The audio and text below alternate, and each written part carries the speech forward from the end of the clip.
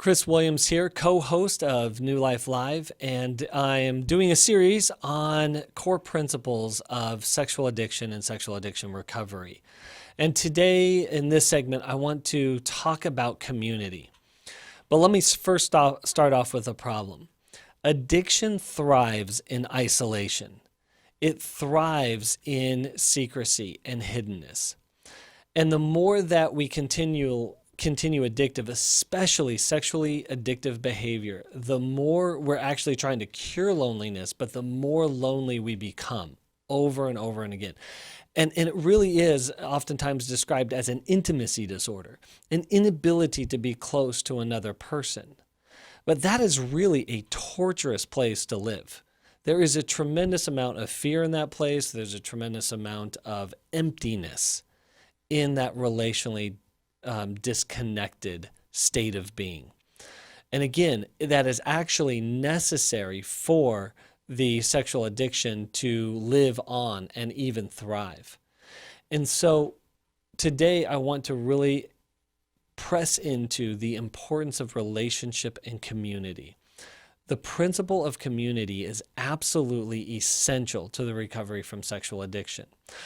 My own story, as well as many other stories I listen to, is so many people try to beat this thing on their own.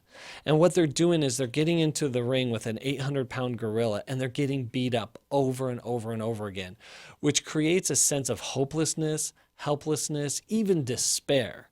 And this is really a desperate situation. It's even life-threatening. I've seen a lot of people become suicidal in these places. And in that relational disconnection, their greatest need is for relationship, is community. To get into a community with other people. This is recovery groups. This is things like Every Man's Battle. This is things like even like Restored for women or programs for women. But the importance of walking this out relationally can't be overestimated.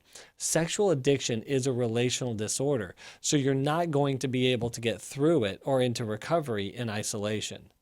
What was relationally broken needs to be relationally restored. And so I want to encourage people, again, in this place, if you're struggling with sexual addiction, you know if someone's struggling with sexual addiction, help them get into community. And the last thing I want to say with this is that, yes, relationships and community is messy, but that's where character is formed, and ultimately, that's where healthy identity is formed. I want you to be able to live out of that. If you're struggling with sexual addiction, know of somebody or whatever you're struggling with, we here at New Life are committed to helping you. Give us a call, 1-800-NEW-LIFE. Thanks for being with me today.